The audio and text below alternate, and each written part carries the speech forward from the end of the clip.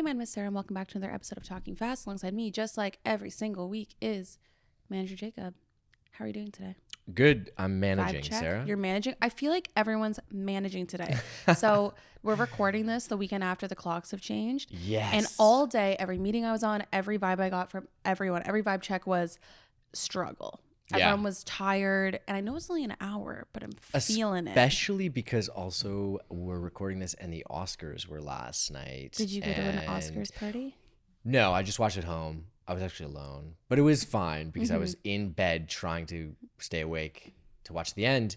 It ended late, and also on the time change day, it's tough to catch up if you're doing anything late at night on a Sunday. It was a lot, but did you have any snacks, drinks? What were you eating or drinking while watching the Oscars? It might not have anything to do with that. Okay, well, Sarah, I wasn't during the Oscars, but what I'm eating or drinking this week, I'm on a little bit of a tear because I saw a TikTok about how to make at-home Big Mac sauce, like McDonald's Big Mac sauce. Isn't it just like ketchup? Isn't like all the things combined? You would think. However, it's relish. It's not. There's no ketchup. Actually. Oh, it's relish. That's why I don't like it. Are you a burger fan? Yeah. I'm a big burger fan. I like a smash burger every once in a while. At-home smash burgers with a little Big Mac sauce on there. Listen, yummy. It's not the most healthy dinner to be making yourself all the time at home. But go for a 10K run, then you're fine. Well, okay. This is what the other thing I was going to say is that now that I'm back in training mode, running again, I feel like I just need the calories. You do. So you why need the not calories, just you like need the protein, you need it all. Load up on a little double at-home Big Mac. What about you? What have you been eating or drinking this week? So I was just in LA after the time of this recording, and I went to SUR. I did a little Vanderpump Rules bar hop situation, which was so much fun. And the one question I got the most when I went to SUR, which stands for Sexy Unique Restaurant. It's hilarious. I thought it was going to be like a big SUR. No, it stands for Sexy Unique Restaurant, and that restaurant is stuck in 2011, and I loved every second of it. But the goat cheese balls are like the famous thing they always talk about, and it's just like fried goat cheese, like deep fried. Does it have like a batter on it? Or yeah, it's like deep fried goat cheese, and they were the best thing I ate at all of the things. There was no dip. Whoa. No, I just shoved them in there, just ate them. They were great though. Okay, well that's like a testament to they were delicious. I just feel like there must be something similar in Toronto. Someone must also have deep fried goat cheese balls in Toronto that I can find. But I haven't seen them. I feel like it's maybe a Canadian thing is that people defer to just like a poutine or a cheese curd or something like that as opposed to deep fried. However, I have had at Kukla on Oslington does great. Oh, I don't know that it's a Greek dish and it's like feta cheese that's like deep fried. Oh, that'd be It's yummy. delicious. A little bit of honey on top. Oh, yeah. Everyone's yelling but at me. anyways, SUR, I don't want to say it lived up to my expectations because my expectations were so low. It was just like so average, but the goat cheese balls were delicious. But it was exactly what I expected it to be, which was average. And I loved every second of it. Amazing. Okay, Sarah, what are you watching or reading this week? I am back on Love is Blind. Oh, really? I was off Love is Blind for a few seasons. I think I watched season 1 and 2. I watched season like 1 and 3. I think I watched all of season 1 and then half of season 3. Yeah. Yes. Season 3. There's drama going on right now. So now it's season like 6 or something. Like we've jumped way ahead into the future. And I wasn't going to watch it, but then I saw so many TikToks of people talking about like the girl saying she looked like Megan Fox. Yeah. Like, all of these things. So I was like, I need to watch. Ladies, all of the men are so average. You know what? I haven't seen it, but I've seen a bunch of photos and video clips. And I'm just like, it seems very thummy this season. Yeah. All the guys are very thummy. Like they look like a thumb. I said the same thing. I was watching and go, why do they all look like thumbs? And like, it's crazy. Anyways, the rumor on the street is that they've been casting in Toronto because Love is Blind. Whoa. Love is Blind is like, they set it in a different city each season, right? Because they want the like relationship to actually work out apparently. So this one's in like South Carolina right now, North Carolina, Charlotte. Somewhere. A Carolina. And so the next season, allegedly, they're being casting in Toronto. I will die and go to heaven if they have a Toronto season, just because I feel like we would know people. 100%, which would be the best part. 100%, which would be hilarious. So, anyways, I'm back on Love Is Blind. I don't know why I fell off. Maybe just the season's really good that I'm like really excited about it. No spoilers. I'm only halfway through. I'm like nowhere near the finale. Do you think after watching a couple of seasons and you're in this one, do you think Love Is Blind? Absolutely not. They all ask what each other. Yeah, we just talk about the looks right now. Exactly. And like you can tell, and like the second they're on their honeymoon, you can tell if they're attracted to each other or not. And it's just like it's so funny. The formula is hilarious. I love this show, and I'm back on it. What about you? What have you been watching? Good. Okay, I watched something a lot more wholesome. Probably. I'm a big Casey Neistat stan. Listen, I love Casey and Neistat. he didn't fall off in terms of content quality, but he fell off in terms of like he's been focusing on his family for the last several years. But he produced, and it came out actually a month and a bit ago, but a video he put out called Sisyphus and the Impossible Dream, which is basically, like the old lore of Sisyphus pushing the boulder up the hill only to have it fall back down, and you just have to keep pushing it up.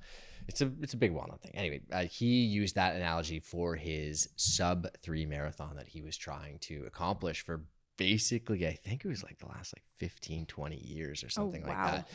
Hadn't been able to do it.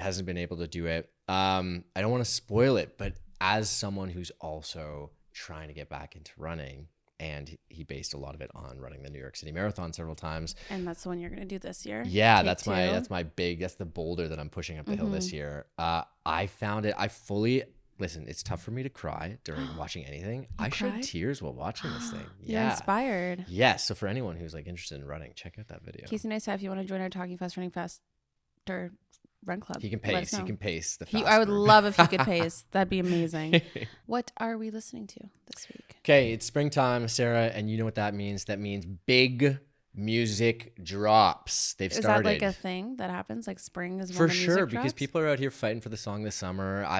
They're fighting for the top of your playlist. Yeah, I'm getting early copies of albums just to do a little testing. People are begging me to be added to the playlist for this year. Honestly, the day that you get an early release of an album so that you could potentially add it to any independent musicians or labels are listening, please, I will add anything to my playlist. I will sell out that. Just toss it my way so I can accomplish that dream that I have. And you ride hard for the songs on your playlist. So it's true. Listen, I think that my playlist is a top tier playlist, and if you want to enjoy yourself in the sunshine, come my way. But Ariana Grande dropped her new album, Eternal Sunshine. I liked it. I liked it too.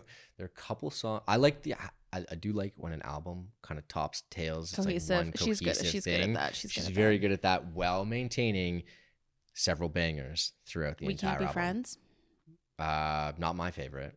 Really? I love that song. It's all over my TikTok for you page, I'm though. blinking the end one, but it's the one featuring her Nona. Oh, that was so cute. I don't remember. This is the issue. I'll listen to an album and I have no idea what any of the songs are called. Yeah. The only reason I know We Can't Be Friends is because it's We Can't Be Friends. It's like the whole... wait. Okay, that is a good one. And you know what I thought while listening to that? I was confused. I thought you were talking about something Eternal Sunshine of the Spotless Mind that she has the music video for. Okay, but I didn't see the video yet. That one, do you know Robin? Yeah, it sounds like Robin. It sounds like Robin. I was in my car listening to it, and I sang during the chorus. I just sang the dancing on your own, dancing on my own. One of them. I just sang that chorus. You know what? Someone's got to do a mashup. They're both great songs. It probably already exists by the time we're talking about this. It definitely already does. But yeah, I feel like Ariana Grande's back. I like Ari's back for sure. Ari's back. I don't know how I feel about the relationship that she has and like the SpongeBob guy. But it's not like that's not my business. Just put out the album. You know what I mean? Then the SpongeBob guy. Sarah, what about you? What are you listening to this week? I have been listening nonstop to Training Season by Dua Lipa. Oh, okay. Okay, so like I watched this whole TikTok about how like Dua Lipa is like on the rise because they like keep pumping her music on TikTok, especially with like the Universal Music being off. That like she's a Warner artist, so then they can just like keep pumping her. And I kept hearing it all over the place, and so I finally like added it to I have a playlist that I call my current rotation, where I just like sub out songs I'm really liking at the time. Trying stuff out. Yeah, and so I've added, and I was like listening to it on my drive here in the Uber, and like it's just a banger. It's a banger, and it's Dua hits every single time. Dua is an artist that her music legitimately puts you in like a hype better mood immediately. Like it is the perfect pre-party music. It is the perfect start your day, go on a hot girl walk. It is the perfect workout, whatever. If you need some sort of pump up, like I had low energy coming to the pod today and I needed a little bit of pump up, so I put on Training Season and it put me in a better mood. It's amazing. So like I've been sleeping on Dua Lipa, to be honest. Like I wasn't someone that would listen to like her albums and stuff in the past. Now she's high in the rotation. Okay, well, like there's a good amount of music to dive back into then. I know. It's like bangers only too, which is so good. Huge. Sarah, somewhere you went to this week? This week, last week. In the past week. Somewhere you went recently. Recently. I was in Los Angeles. Yes. And if you know me, you know I don't like LA. Or in the sense of like I would never live there. I like New York more. Yeah. Accessibility, all of those things. But I do like LA about 30 to 40% more after this most Really? recent trip. That's and high. It's all because I stayed on the beach. Staying on the beach was a game changer. I stayed in Santa Monica for the first time, got to like wake up and go for a run or a long walk every single morning along the water. And like that was my happy place. So if you're someone that also despises Los Angeles, just stay by the water and you'll get happier. You'll be happier. How long were you there for? Trip. I was only there for 5 days. Well, I was supposed to be there for 6, but good my amount flight of time got or canceled. Perfect amount of time. Any more days, I don't know what I would have done. Yeah. To be honest, I would have had to like do like a Disney day or like a theme park day. You know what I mean? Yeah. Other than that, though, it was the perfect amount of time to be there. I did everything I wanted to do. I went to Malibu for the first time. I'd never been before, so that was beautiful. And then I got to check in on Naomi, who's thriving. In case anyone's wondering. Go watch her stuff. She's like finally posting again about like the whole move to LA and everything. So it was so weird like being in her apartment though in Los Angeles. Being like, it was just weird because it's like she lives there now. You still think like of her as a Toronto friend? Like she's coming back. Yeah. She should be in a hotel or yeah, something. Yeah. Like it was weird that it's like this is all of your things. Like you live here now. Oh yeah. When like it takes me so long when friends move to a new city to like really get actually used trust to the idea. that they're not going to exactly come back to get used to it. But it was so cool seeing her, and yeah, it was a great time. Would you go back? Yeah, I'll go back to LA For like a short amount of time? Yeah, I can't go for more than 5 days though, and I think I would stay in Santa Monica again. It was beautiful. That would be my vibe. Nice. What about you? Where's somewhere you went? Okay, speaking of running that I was talking about off the top of the podcast, shout out to my friend Vince. Vince and shout I out Vince. hit the Leslie Spit. This is a wild thing. It's 4 years since the pandemic started, which is wild, and I spent so much time running in 2020, and I spent so much time on the Leslie Spit here in Toronto. If you haven't been, it's technically called Tommy Thompson Park, but it's beautiful on the east side. Someone's got to come over to the east side. It's a bird sanctuary. No dogs are allowed, unfortunately. It's a bird. Count me the fuck out. A bird sanctuary. It's always huge. It's like God. 5 kilometers out to a lighthouse. It's typically me, some like middle-aged men having a midlife crisis on their like $20,000 bicycles and 60-year-old bird watchers. But I have a great time out there. But I'm back running again, so I'm training for the marathon, like I said earlier.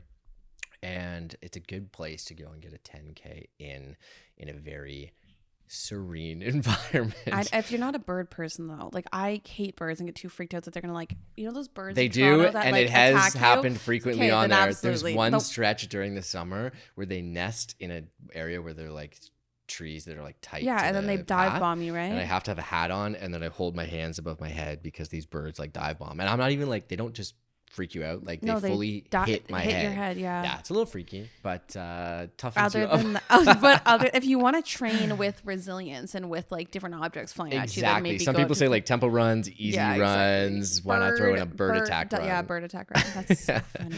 And what about something you did this week? Okay, well, I'm a man of a few pillars in my life. We got running, we got managing this one podcast. Sarah Jenkins, this podcast.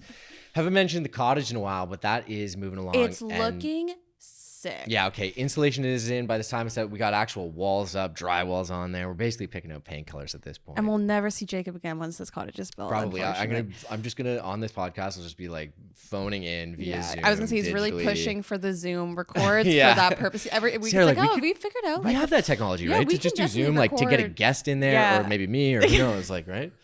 But we went up with a few friends, my brother and a few friends, and we actually camped there and just stayed overnight. It was the first time actually being up there and staying overnight outside for the first little, I guess, since we really bought it, and we stayed out there in an RV. Oh yeah, you did when you first. That's so exciting. Yeah, I'm super excited about it, and hopefully. Are you going to use it like summertime? Like, will it be done by like June? It'll be done by the time this podcast comes out, probably in like 40 days. I know. Whoa. I know. Wow. Exciting. Yeah. So we're going to have to do a talking fast on the road. I would love that. I need to try this Weber's place you've been talking about for like a year now. Okay. I was also super excited. Anyone who knows Weber's, who goes up there, cottage country, best smash burger, or it's kind of a smash burger, but it's like a charcoal grill burger. Amazing place. And I was super excited this week. I called them and I was like, are you guys open? Just making sure, because it was opening weekend. And we went on opening weekend, and it's all teenagers working there, but like I went in with a big smile on my face and I was just like, hey, are you guys excited to be like open again? They're just like kids with a job. Yeah, they're like, this is my minimum wage job. Here's like your burger, sir. And I'm like, thank you. But it was a good time. Exciting. Something you did this week though. Well, when I was in LA, I did my Vanderpump Rules bar hop. I talked about that. But the cool thing was I got to watch cast members of Vanderpump Rules watch the new episode. Oh, like in their presence? Yeah. So we went to Schwartz and Sandy's, which is behind the Church of Scientology in a strip mall. That's the lay of the land that we're going into. Good vibe. It was hilarious. And so we sit down. I knew Tom Schwartz was going to be there because he always promotes that he goes there on You're already best Tuesday friends nights. too. We're already BFFs. We talked about Toronto. He told me he wants to honeymoon in Toronto one day, which I was like, that's a weird statement, but sure. What would you do? Yeah, exactly. And but Tom Sandoval walked in and my jaw hit the floor when I saw Tom Sandoval, just because I didn't know if he was still not really showing his face in public or like what the vibe was. Mm-hmm. He walked in. He was taking selfies with people. My favorite part was he was correcting people on proper selfie form. Like he would take the phone out of their hand, and be like, no, and change the angle so he looked better. You gotta respect someone who knows their angles. These people are the exact same. He was exactly, and I'm watching him watch the episode. And if you guys know, the episode I'm talking about right now is like Lala yelling at him on the boat. Like it was a crazy episode for me to watch him. Yeah. Watch. How do they react? Like, what do they do? He's mass texting people. Tara's trying to zoom in. Like, we're trying to zoom in on his text to see who he's talking to. He's sending novels. I don't know who he's talking to, but he was... The whole time? The entire time. And his new girlfriend's sitting beside him. So I don't know who he's talking to. Whoa. Sending novels. And I literally just could not stop watching him watch himself. He looks so proud of himself when he watches the episode. Almost as entertaining. Maybe even more so. I actually had to rewatch the episode because I didn't fully know what happened because it's like I was so busy something with live. him. It's with commentary, but live. That's huge. Yes, exactly. It was crazy. And like, I never was sure if they get to see the episodes ahead of time, but with how he was reacting and how like Tom Schwartz would like stop and like look at the TVs to actually pay attention to what's happening, surprised? I think it's their first time watching it when it goes to air. Yeah. Oh, that's cool. I love Bravo. That makes it so much better. Great job, Andy Cohen.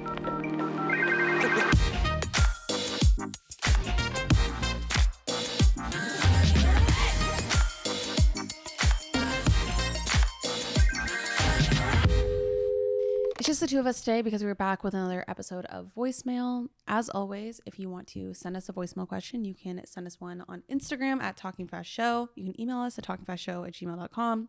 I also put out calls on Instagram, in Instagram stories, and in the broadcast channel. There's lots of ways for you to get in contact with us if you want some advice. Today was a lot of like just big themes that people wanted to talk about.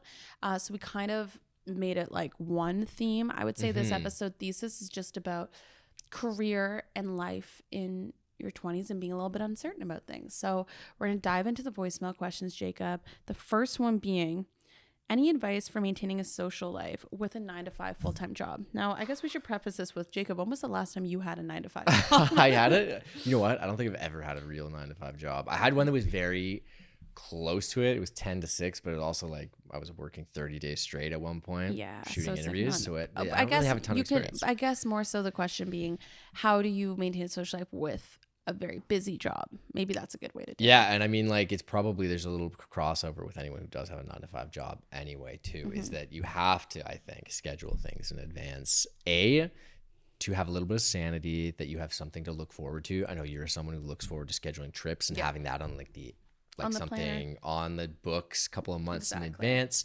I already got my next one planned. Yeah. So if you have something like long, say like 3 to 6 months out that you can look forward to, you know is coming. And then on the shorter scale, like do that on a weekly basis too, where you know that you're blocking out time that couldn't be taken over by work priorities, which is sometimes easy to do if you don't have social things in the calendar. Yeah, I second that. I love my friends that will text me and be like, hey, like, when are you free at the end of this month? Like weeks out. And those are the friends that are like, I'll go out for dinner with every few months. We'll just do a big catch up. But it's really nice when it's like in the calendar, confirmed. Because you're right, it's something to look forward to. But then also like I know how to plan my workload around it. I know, okay, like if I'm having this dinner on the Thursday, maybe like Wednesdays tonight, I'm going to take for myself at home and just like chill out. I mean, I think it's different depending on where you live, balancing a full-time job and a social life. I think we're living in a city where it's very easy. I think it's really easy to find like third places. I think it's a lot easier to find clubs to join, like rec sports, any of those things. One of the best things my friend group ever did was start doing rec sports. So like soccer weekly, volleyball weekly, whatever it might be, because then we get guaranteed friendship time once a week.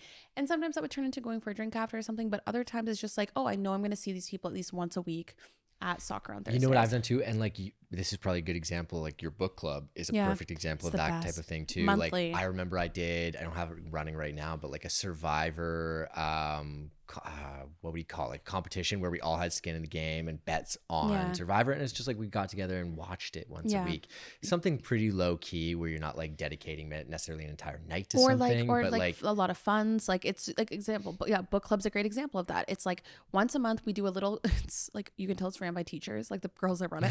Like we do like a doodle poll and we figure out what night works the best, and we plan the month in advance to make sure that everyone has a full month. And like, if you can't make it one week, that's totally fine. We also share the books. So like if maybe someone doesn't want to buy the book, like you can lend it, like things that are like on the books, committed, but it's also like a low commitment in the sense of if you like had to miss it or something for work or whatever, it's not like you spend a lot of money on like concert tickets or a big fancy dinner or something. Yeah. You know what I also like to do is like kind of stack social engagements with other things that I'm passionate about or like doing or need to do.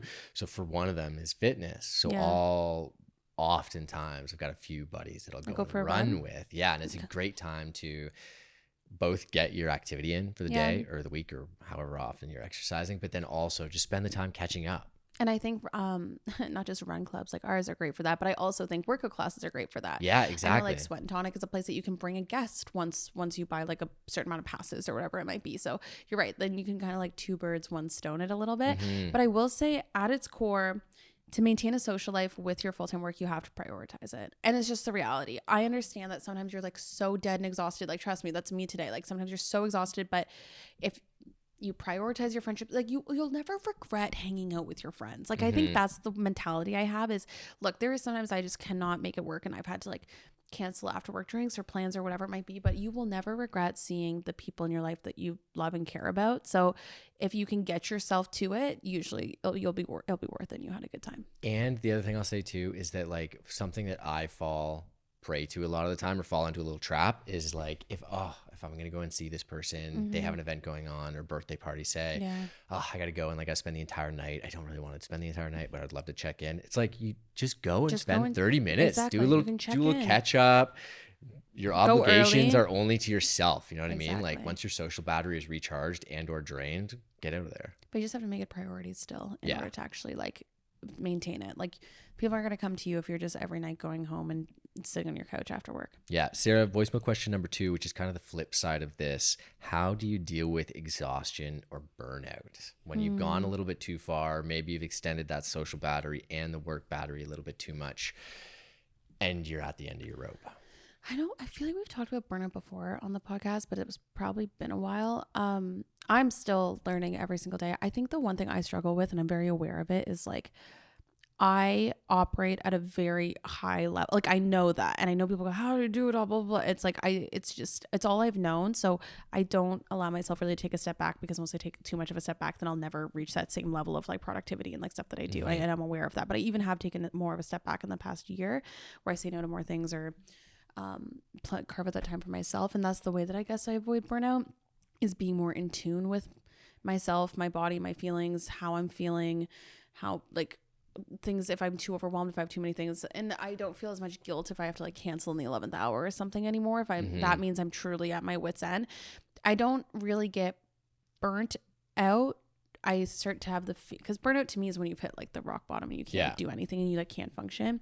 We've talked about this a lot. It's like you almost have to give yourself like, for me, it's like the one day a week that I can just veg out and chill and like not have any social or work responsibilities. And then I'm good for the rest of the week, or even 2 weeks. Sometimes I can thrive off of if I have one really good like veg out day. And that allows me to make sure I don't get burnt out, because then otherwise you're just like a hamster in a wheel. So I feel like you have to kind of plan out things for yourself. For me, that's trips are another one, like that I don't get too burnt out with work because I always have my next trip to look forward to or my next weekend away or something. So then even when I'm having a really difficult work week, I have something else to look forward to. I understand that's a massive privilege being able to do that, but it doesn't even have to be like you're going away somewhere. Maybe like just take a Friday off, you have an extra long weekend and you make a little vacation for yourself. I think once you know your burnout levels and like how you get exhausted and what that means to you, you need to plan and like do action items that will set your future self up for more success. Yeah, for me, burnout, one of the biggest things is kind of recognizing when burnout is happening. Because I think I'm like you, where if I feel like I'm starting to burn out, I don't really recognize that a lot of the time in my head. I'm just like, oh, maybe I'll just work harder to be better at the things that I think I need to accomplish right now, which is overall just more draining and is going to, lead you to exhaustion. As well. I would say to be honest, if I'm being like real, I'm trying to be more like, I was about to say empathetic this year. That's not the word I'm looking for. I'm trying to be more vulnerable. Is that the word I'm looking for? Vulnerable, authentic. Real with my feelings, like actually talking about them because I'm really bad at it.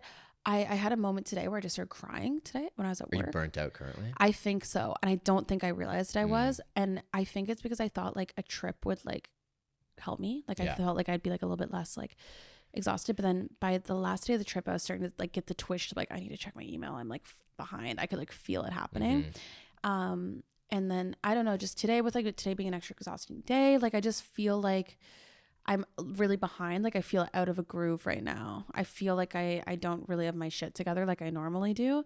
What was the tipping point? Like, is it something, and you don't have to necessarily talk about it, but like, is it something that it's like the straw that broke the camel's back? There hasn't been one. Yeah. That's like the interesting thing. I think it's just like a bunch of compounded stuff. And I'm not really feeling super like creative recently. I'm not really feeling super like passionate about anything that I'm doing. And that's for me, like, that's how I know I'm burnt out.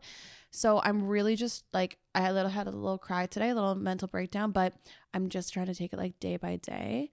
And just allow myself to like, because I always find myself back if I just give myself the space. Well, I think that's one of the most positive things. It's like, if you are burnt out, like I just said about myself, I try to fight it a lot of the time. But like that little cry, sometimes it's necessary. I fought it all morning, and then I just started crying at lunch, and I like literally was like, "Why are you crying?" Like I couldn't even tell you why I'm crying, and it's like honest to God. And so I was like, okay, as I like took the afternoon, like chilled a little bit. I had some meetings, like did some work, but I'm like really good at being honest with the people around me when I'm feeling this way, because it happens pretty few and far between. It's like twice a year I get like truly burnt out where I'm like, don't talk to me, I can't do anything. I'm texting Jacob being like, cancel all my plans, I can't do any of it. But yeah, I think right now I'm feeling, if not like in full burnout, but I think I'm in the early stages of that feeling. So I'm just going to try the approach of like going with the flow and allowing myself to feel it and like not put too much pressure on myself to like get back into creating and everything. But it's just it's a weird balance. I'll take a few days and see how it works. I'll talk to my therapist about it and see how it goes, but it's like I don't know. It's a weird thing when you're like aware that you're in it right now, because I just don't know how to necessarily get out of it. So that was a good timed question, but well, that's a good thing for a therapist as well, because that's the benefit of just recognizing something is like the most important part. Yeah, because then you can actually think about it. And that's the goal. Okay, the next question for voicemail is, just got turned down from a dream job. Advice for finding the confidence to reapply in the future. That's a tough one. I changed my mentality about dream jobs after I got laid off from my first job, and it has drastically helped me, and maybe it'll help somebody when it comes to work. Wait, what was the dream job? I don't have one anymore, because my dream would be to never have to work. You got turned down from that? No, I mean in the sense of when I lost my job at Yahoo, which at the time I thought was a dream job. I thought I was like on the track to like becoming into what I thought was going to be dream jobs. I stopped putting jobs on pedestals. Like I stopped putting like certain, like you could ask me today, what's your dream job? I do not have one. I don't. And so I think like I have goals on things I want to do. Going to the Olympics is a goal in work, or maybe one day making a movie is a goal that I have. Like I have goals, but none of those is like my dream job is not to like be the president of some company or whatever. So what happened? Why is it off the pedestal? I think once I realized that you can be really great, a perfect fit, do everything right, and it's still a corporation that decides your fate and they can you the next day, it really changes your point of view. Truly. And so I don't chase titles anymore. I don't chase like that I guess, external recognition that I was just looking for by like having a cool dream job. And so once you kind of take away the word dream job and it's just like a job that you love or really like doing, I actually think it really helps.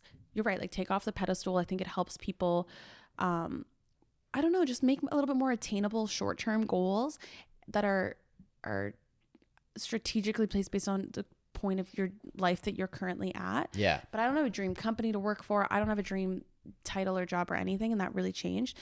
So that's where if you don't have that like thing on a pedestal, then just reapply. Like what's like, why not? I would agree with that. Yeah. And I think like as someone who has basically had his own company for the entirety of my career post-university, I've never really had a dream job either that I'm like shooting for a specific role. But I would agree with you that like probably setting goals that you want to accomplish in your career as someone in the workforce, whatever that industry might be, is probably a little bit more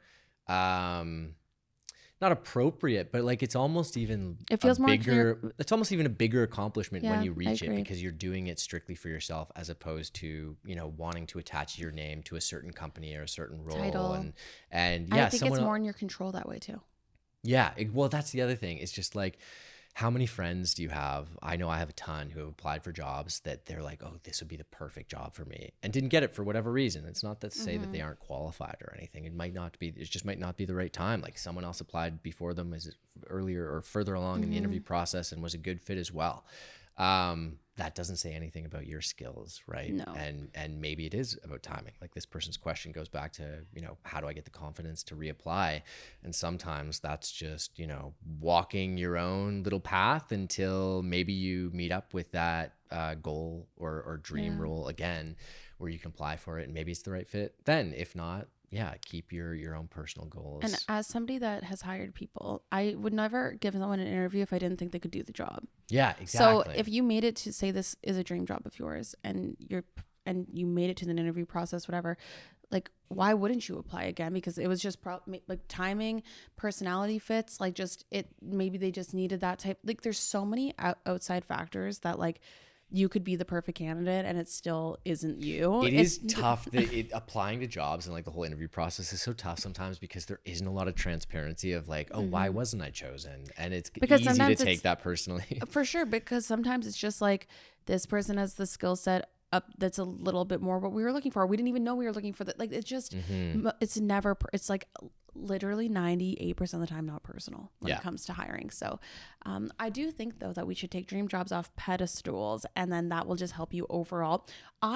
Ever since I started doing that, I applied for the most unhinged jobs that I was not qualified for. And I was getting like 4th round interviews for. And then it took till about the 4th round that they like, maybe we all like, even me, I'd like, go, wait, you don't have 5 PhDs? Well, no, it'd be more like, oh yeah, like, no, I definitely do not have enough experience to be doing, which is fine. Or, the other one was I didn't want to move to Columbus. Like there's different things, but like once that mentality left my brain, I literally would just apply for things, and then you never know. Yeah, if you don't get the job originally, like finding the confidence to reapply is more so finding the confidence in yourself as opposed to finding the confidence to think you're good enough. And then also just take it as like, I loved interviewing, loved it. Every time I had the opportunity to do it, I just liked it as a practicing of a skill. Yeah. Because interviewing is a skill, right? So apply to more jobs, even if you're not even like actually. It's also really good if you're at a company right now, just like actively, if there's something that piques your interest, apply. It's always good to see what else is out there anywhere. Even if you're in what you currently think is your dream job, it's great for leverage. It's great for networking. It's also great for just practicing your interview skills because, one day they might say, we don't need your services anymore. And you get packed up in a banker's box and then you're going to have to use your interview skills anyway. So I think actively interviewing and applying for anything, you should have that like, why not me mentality. Oh, that's good advice. Thanks. Sarah, voicemail question number 4 today. What to do if you feel uncertain in your job, but are scared to switch away from your dream job? This is a good follow-up after what we were just talking about. So this is what I'm saying. Don't put jobs on a pedestal, dream job. Because this is the thing. Dream job. Dream job meaning like big, like hopes and dreams. If I gave you all the money in the world right now, would you still do that job? Probably not. Yeah. Like that to me, a dream job is like that. Like I would still do it even if like I would still be creating something like me. I would still be. I think I would still do my job. You might. No, but it's true though. But that's because it's like truly like you're like end all be all of a dream. But I'm saying like most of these like dream jobs, it's just a question that we're asked from such a young age. What's your dream job is asked from the time you're in grade, like, I don't know, 3 and they start making you do like school assignments on it. And that changed like 47 times for me. One year I wanted to be an actor. One year I wanted to be a writer. One year I wanted to be like there's all these different things that I wanted to be when I was growing up that were the dream jobs. And then so I think that we have that mentality as we're growing up that there are such things as dream jobs. Well, especially if you're in it and you're uncertain about your job right now. It's like, exactly right. It's like it might have been your dream job like 4 years ago, but now you figured it out. Exactly. Don't feel stuck in like the dreams that you had as a kid. Like for sure. You have to be able to change. And like it all changes and evolves. I remember when I was in my first week at TMU on Frosh Week, I literally told like the people I'm pretty sure is at the CBC that I would sweep their floors for them. Would I sweep the CBC's floors today? Absolutely not. But it's just like that was at that time I was so desperate to get a foot in the door and I just wanted it so badly. At that time, like what I'm doing right now would be seen as my dream job to me 10 years ago. Yeah. But like now, like you grow and you evolve and all these things change. I think if you're having any sorts of doubts or you're curious about other careers, like I just said before, why not apply for other jobs and see what's out there and go through the interview process? You can learn a lot about a company and a role through an interview process if it's even something you want to do. I'm not saying like quit your job immediately, like maybe like keep your job and like go and look for other things and just out of curiosity. Like I have someone in my life right now that used to work in one industry, switched to tech, and now is looking to get back into the entertainment industry. She's not like uprooting her life and going to quit her job just like because she has this idea that she wants to move back into entertainment. She's just going to like slowly start networking and building out, put out those feelers and applying for other jobs in the entertainment field in the hopes that maybe she'll find herself back there. So again, though, if you're having questions about what is your quote unquote dream job, we're going to axe that. We're going to stop using the term dream job, but you should just maybe explore other options. And then go and watch from a few years ago, speaking of the Oscars earlier in this episode, Matthew McConaughey's acceptance speech from Dallas Buyers Club, I think, where he says his hero is himself in 10 years. It's a little bit pretentious, but it comes off as a nice meaning. I like that like though. You're always chasing yourself and you're not accomplishing something and then you're done as soon as you get there. You're always chasing something else. Yeah.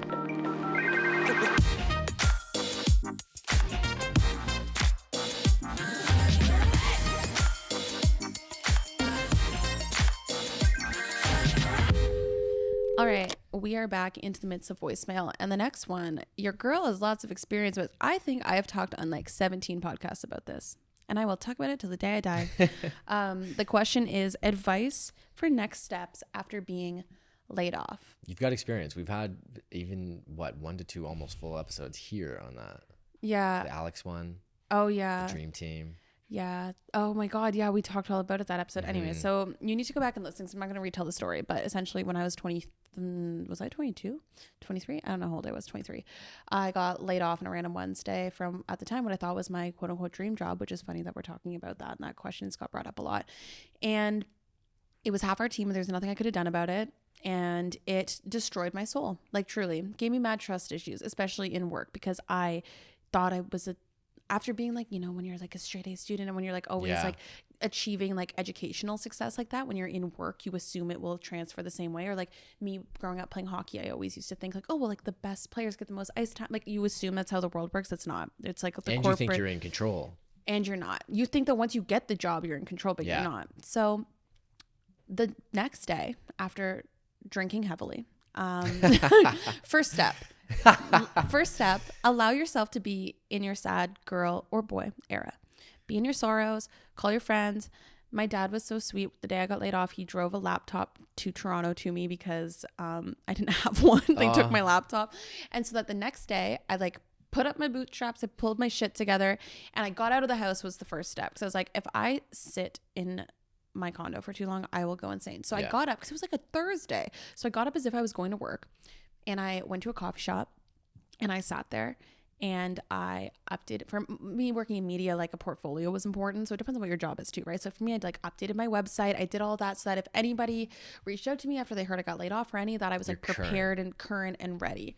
And that made me feel like I was in my control a little bit more. And everyone's different. Maybe you need more time to like wallow in self-pity, which you absolutely should do. I think that's really important. But I really just like wanted to get to work the next day. And I gave myself the weekend like a normal weekend. Like I just worked Thursday, Friday. Did you immediately start applying for jobs? Not applying for jobs. Again, media's a little finicky. It's a little different. I, at the time, had like a bit of a Twitter audience through media. And I was actually like, my boss at CBC was the first one that emailed me. I was drinking at the bar with my colleagues, and I got an email on my phone being like, hey, Sarah, saw the news. So sad, but text me tomorrow. We'll meet next week. And so like, then I was like, I need my portfolio ready. I need everything ready. So I got all ready to go, but I did start immediately applying to jobs for full-time work. It also shows how important your network is, right? Oh my God. I wouldn't work at CBC if I didn't have that, but I also wouldn't work in general. Like I started freelancing, like, yeah. As of 2 weeks later, I had a full freelance roster because of people that I had worked with or worked in passing with or had seen my work before that were willing to help me out. And that's why like really just, I never really gave myself a break. The one regret I have is that I didn't like give myself more of a break. Like I kind of wish like I had time off. I couldn't afford to though at the time though. Yeah. Like it really depends on your situation. Me speaking now, if that happened, I could afford to take time off properly to do it. But yeah. I couldn't at the time. Pretty rare for people to have for that sure option. to have that option. And so, and I get it, it's rare, and unless you get like a crazy cool severance, like it's tough. So if you do, take a trip. Like, yeah, like that's what I wish I did. I did get a severance from Yahoo, and like I started working right away, so like I ended up like being fine. But I could have maybe like treated myself to like something, and I didn't because I was so panicked. And I get it. The anxiety comes with it. I'm sure everyone feels that panic because all of a sudden you have this dream in front of you that you're like, oh, I get up and I have this routine and I go to work, and all of a sudden that's pulled away from you, and it's like, okay, well, what do I do with my time? But then also, how do I support myself? Which is terrifying. But that's why like the idea of like one day being truly my own boss is so like, I think I like it because I went through that really young. And look, like in media, especially, everyone gets laid off. So it's like really common. I'm not like unique to my scenario. But like for me, it rocked me. And I'm really glad it happened to me when I was so young, because I learned and understood this like idea that people are replaceable. Things can happen. Like it's not always in your control. But I think I mean, I don't want to speak for you, but at least when you're your own boss, it is kind of in your control. Obviously it ebbs and flows with like the way industries go. But like, I feel like when you have to be put in a situation to make money, you'll do it. Yeah, 100%. I don't have a ton of experience with this because, again, I've only really ever had one job that I've not been my own boss.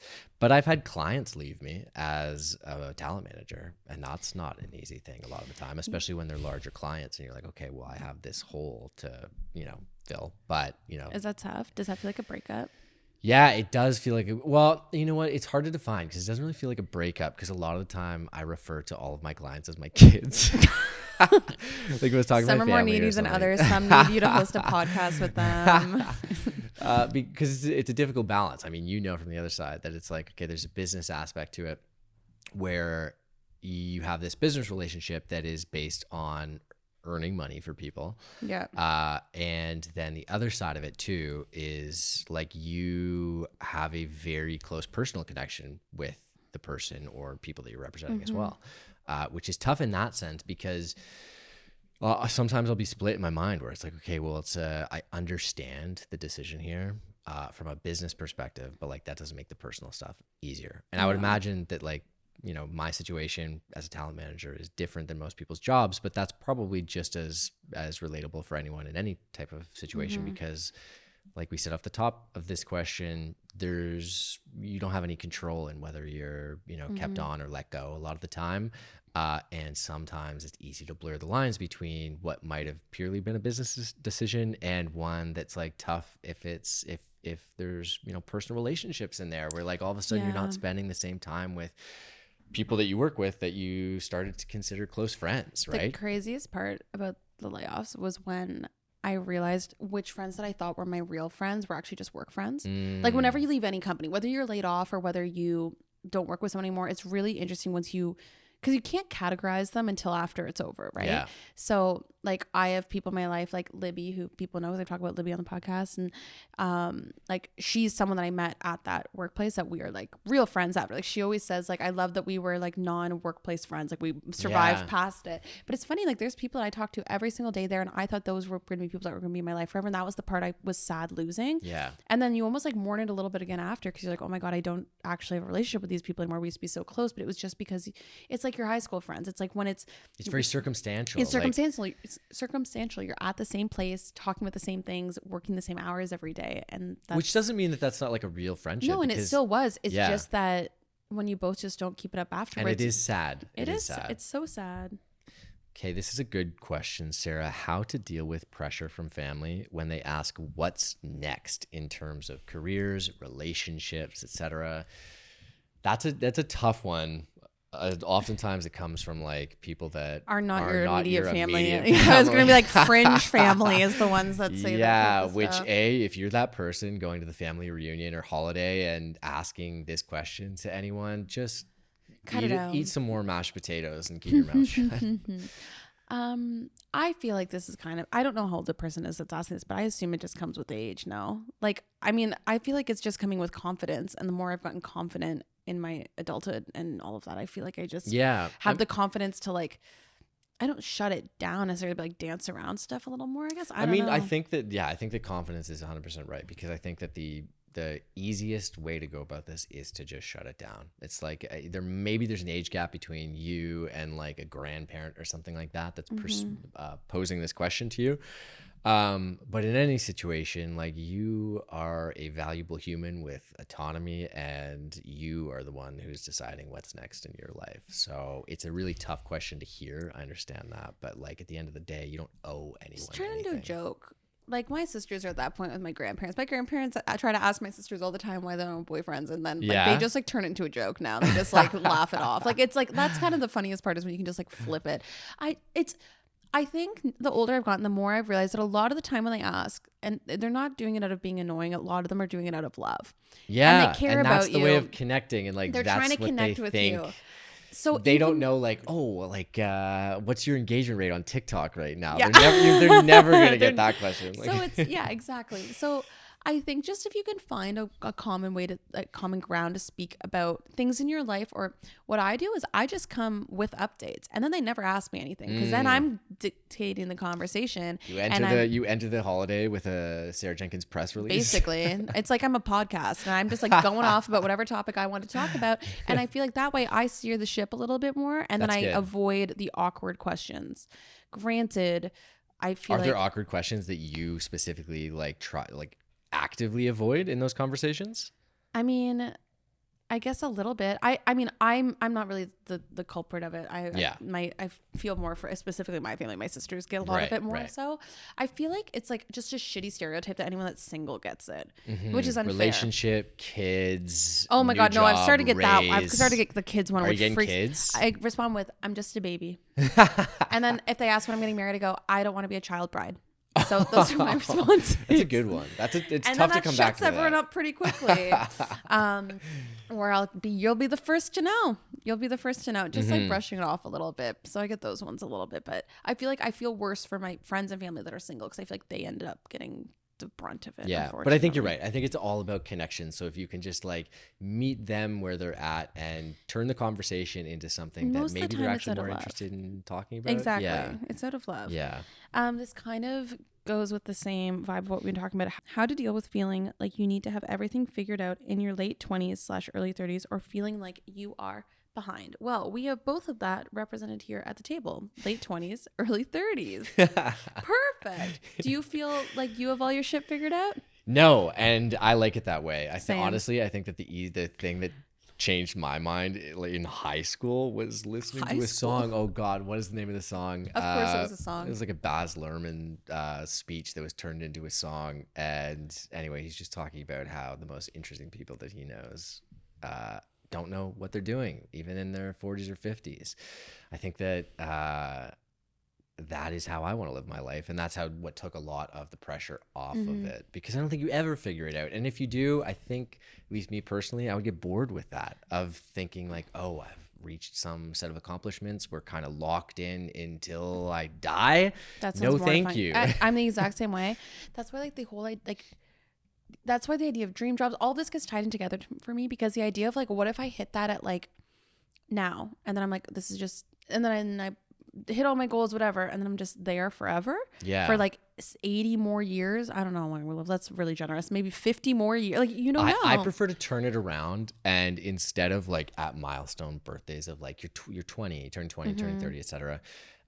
instead of looking forward and trying to figure out everything about where you're going, is to look back, take account of where you're at. Cause like you're still making these big steps of, I don't know, if you're a teenager, you know, like you get your driver's license and then you become someone who can drive. And for a little while that's like nervous and maybe you don't own a car and that kind of stuff. 10 years pass and all of a sudden you look back and you're like, whoa, like I'm just someone who has a car right now, which was like a dream earlier on as a kid. Kind of goes after your Matthew McConaughey idea. Yeah, well, exactly. It's all wrapped into one. Yeah, I think it's a lot easier sometimes to go back and be like, you are making moves, you are figuring things out. But you just have to, you're right. Like you need to look at your own progress because it's hard in the moment. Like I was telling you guys earlier about how I feel burnt out and everything. So like right now it feels difficult to like see like the things that I'm doing that are the good or the this or that. But then when you look back on like all the things like even last year, I felt like last year was a really bad year for me. But I looked at all the stuff we still accomplished last year. And I'm like, okay, it was still like, I still moved forward, you know? And the other thing I find I do is when it comes to age, I think it's a little bit different for women. I think women have this like weird expectation about late 20s into early 30s. And I do think it's shifting a lot. I think there's overall less pressure for women to have their shit figured out and be like married or in a relationship or whatever, kids by the time they're 30. So I think that is shifting, which is really wonderful. But I just look, because I have a lot of friends that are older than me in their 30s, and I look to them and I like don't see them as any different than how I am right now. Does that make sense? Like I don't feel an age like that's, I don't know how else to explain it, but between you and I as an example, I don't feel the age gap. And so once that to me just says that like everyone's kind of in the same boat. We're all just figuring it out. Like no one person has more shit figured out necessarily just because they're like a few years older or a few years ahead or this or that. Or like they've hit different milestones. Exactly, at different times. I know people who have like 2-3 kids who still don't have it figured out, whatever that means. And it hitting those kind of like societal milestones doesn't help you figure it out. And I understand where the stress comes from. Like I said earlier, in like the way that education is, like we grew up in a very structured system where you knew where you were going to be. You knew like everyone was on kind of the same level, like what milestones you were supposed to hit every single year, driver's license, all that stuff, including. And then once you either leave high school and choose to go to university or college, you're just like a baby bird, like hit out of the nest and you're like, okay, bye. And then you're expected to then create your own structure on what you believe is a milestone, what you believe is the like having it together, whatever that means.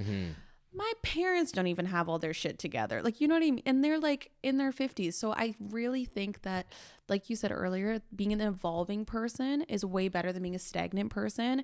And I wouldn't want to be somebody that has all my shit figured out. And being nimble, because like probably everyone knows that everyone hits like roadblocks out of the blue. Even if you have it figured out, you feel like you're in a place 100%. Where you're 100% confident about all of your life, how it's set up, like who knows. And I'm about to get like really deep here for a second because I'm in my field today. So just last week, like a colleague that I work with passed away from pancreatic cancer, and it was like, it's things like that sometimes like shake you to remind you. And I've had a lot of like unfortunately like, things like that in my life, but it's sometimes those moments that shake you to be like, it doesn't fucking matter, like at all. Like the timelines, the this, that, the like the dream job, the like what milestone am I hitting, the oh this person has their own car and I don't yet, or this person bought a house and I can't. It literally doesn't matter, because one day literally the best person you know can get like a death sentence diagnosis and it changes the perspective of everything and like the goals and accomplishments and all the things that they had done in their life. You know what I mean? So I think that the more that you can like, I guess, I don't know, maybe it's just because I've had a humbling experience of that recently. I think those like really ground you and make you realize that like it does not matter. Like anyone can preach to you a million times that like where everyone's on their own path, they're doing their own thing, but it's like the fucking truth. And like you legitimately do not know what could happen tomorrow. So I really think that like the more you just like duck or water off a duck's back, don't let the timelines or any of that stuff get to you, then I think that's like truly the way to live a more like happy and full life. And the people I know that like truly have their shit together are the people that own that they don't. Okay, well, Sarah, imposter syndrome, advice for dealing with it. That's the question, and it's a big one, and it's tough because do you experience it? All the time. I do. All the time. In different areas and for different reasons. I feel like there's different types of imposter syndrome. I feel it every single day on the internet. Every single day on the internet. Really? How come? because like the entire internet is like a pissing contest about like views and likes and all of this stuff, and it's really hard not to have imposter syndrome on something. Again, when we talk about that's like out of your control, it's really difficult not to. When no matter what you do, someone is going to tell you that you're wrong. Exactly. So it's like, how do you like overcome that? I don't know. I'm still learning how to do that. I think in my career, I've gotten pretty good at dealing with it now. Like I said, I think the layoff shook me enough that I was figured out that a corporation is just a corporation and it doesn't really matter. But I do still sometimes find myself in the like rat race of that though, and like the imposter syndrome of like even like a day like today when it's like I'm having an off day and like I still did all my work, still answered all my emails, still this, but it's like I'm sitting there today thinking, are people going to think I'm not working hard enough because I'm not working at my normal level? Like you're so worried about the perception of what other people are thinking. So yeah, like I think in different areas, I feel it in my day job. I feel it, you can feel it in a relationship. I feel it in friendships sometimes. The imposter syndrome of trying to figure out like if they care about you as much as you care about them, or do they know that, like, you know, there's so many different levels of putting imposter syndrome. Do you feel it for like if you get locked in on thinking something like a friendship, for example? Do you think that you feel that for like days on end, or is that like, no, for me it's like a flash almost, and it's almost spookier then. And it's spookier, and it's like, I get like the heart racing wave of anxiety. Yeah. It's like the quick wave of anxiety, and then it usually I can talk myself out of it and go away because I'm. How do you talk yourself out of it? Logic. I say things out loud. This is something that I've learned in therapy, is that when you leave it in your head, that's where it can just like spiral and like bounce around, right? For me, the more I like say something out loud, the more ridiculous it sounds, and then it makes myself hear it, right? So then it's like, then like the going around is out here as opposed to in my head. Okay, that's smart. I do writing. So that's another great way that people do it. I don't like, but I think it functions the same way, because you write it out and you look at that paragraph and you're like, well, that sentence is like kind of, I kind of made that up. That's not an actual fact, but we know to be a fact. Exactly. Or it's like and so for imposter syndrome, it's like the best thing that's helped me. And so it only comes in flashes now. When it comes to like social media, I feel it, but I think it's just because that's a new space. I mean, I've been doing it for 4 years now, but it's still a new space. Like it feels so foreign to me, but I'm pretty good at, as long as I say the concerns out loud, and even with social media stuff all the time, like if I say it out loud, or like I say it to Nolan, I say it to a friend, I say it to you like verbally, and I hear how ridiculous the thought sounds. Yeah. Then my logic can go, oh my God, we're laughing. Why are we? Do you ever get in a conversation where, like, say for Nolan, for example, or you and I, but where you ask something and then I or someone else starts responding, and then you just kind of cut it off, and it's just like the question was actually just for you. You know what I mean? I mean, like, kind of, I say more statements, I think, more so than leading it as a question. You're declaring it for yourself. Declaring it for myself, yeah. Or like I'll declare what is happening in my brain, and then it helps. How about you? Do you feel imposter syndrome? You know what? The other thing that helped, yes, like I get the heebie-jeebies here and there, all the time, like probably once or twice a day. Oh, wow. But it's very quick, and I can talk myself out of it quickly as well. I think one of the things that was actually super helpful, speaking of jobs, this entire episode, the only real job I had was like a 9-to-5 shooting celebrity interviews. And Casual. a lot of them were like D-list and whatnot, but like there were some A-listers and some B-listers. And I think that like that as my first job in wanting to work in entertainment and seeing all of these big, larger than life people that you see on your screens everywhere, figuring out that they're just like, some of them are assholes, some of them are nice, and they're just, but like, they're normal. just regular people. It's like, it's so, speaking of putting things on pedestals, it's like, it's so easy to put someone else that you idolize or you want to be like them on some kind of pedestal. And that often leads to imposter syndrome. I think a lot of the time we're like, if I'm pitching out to someone, it's like, oh, this is a massive brand and like we're trying to lock this thing in. It's like, is this good enough? It's like, there's probably just some other regular person on the that other just side applied of that. to a job on LinkedIn and they just work on it. I know. So much of the world is like regular people. Facade. Literally, it's crazy. When you figure that out, oh my God, it was so good. I'm blanking on her name. TikToker, I think in New York City, and she posted recently, she was just like calling out to all brands to comment on her TikTok, and she was saying basically this. She was saying like, oh, it's so crazy that behind all of these massive brands is just like a 20-year-old PR girly. Yeah, 100%. And I forget the name of the makeup brand, but like it was like these 20-year-old PR girlies who took her out for lunch then, and then everyone else is just commenting like, oh, you see me, and it's like Gatorade or whoever, like Coca-Cola and whatnot. That's so funny. It's just, yeah, it's such the Wizard of Oz where you have this, you're so overwhelmed by the world a lot of the times, but realistically, if you pull back the curtain, it's like everyone and everything is accessible to you. I feel that way with this show a lot of the times when we bring people in who to me seemed like bigger than life or larger than life, or like an artist comes in or something. I feel the same way. Then we're sitting here talking to them and I'm like, oh my God, right, we're all just like normal people. And I love that because it's just like, it's humanizing when you idolize someone and then you kind of have an aside conversation, which I know is like, we're privileged in that sense that we can have those conversations, but like, you know, that they've got an issue with, you know, they had slept in the morning and they're a little tired as well. It's like, I relate to that. I think, the more you realize like like with imposter syndrome, everyone feels it, but everyone's faking it, and everyone's in the same like pretending like they know what's going on. And if everyone's faking it, why don't you as well? Exactly. Fake it a little bit till you make it. This has been a great voicemail episode. I hope you took some tangible advice. We went a couple tangents. I feel like I word vomited a lot today, but hopefully there's something in there that you can take hold of and say, you know, I read this article, when really it's just you listen to a podcast. Or if you need anyone to come and fight a relative who's asking you pressuring situations, we'll do it. I got you. As always, you can submit voicemail questions. We do it every single month. You can go to Talking Fast Show on Instagram or talkingfastshow@gmail.com. We love the tea. So if you want to do like big juicy questions, we get those once in a while. I'm still looking for some like juicy I need some tea. follow-ups. We did some follow-ups on stuff. Maybe we do like an anonymous forum and people be more open to giving us the tea. Thank you so much as always for listening, and make sure you like, comment, subscribe, rate us 5 stars, and we'll be back here next Wednesday. Bye.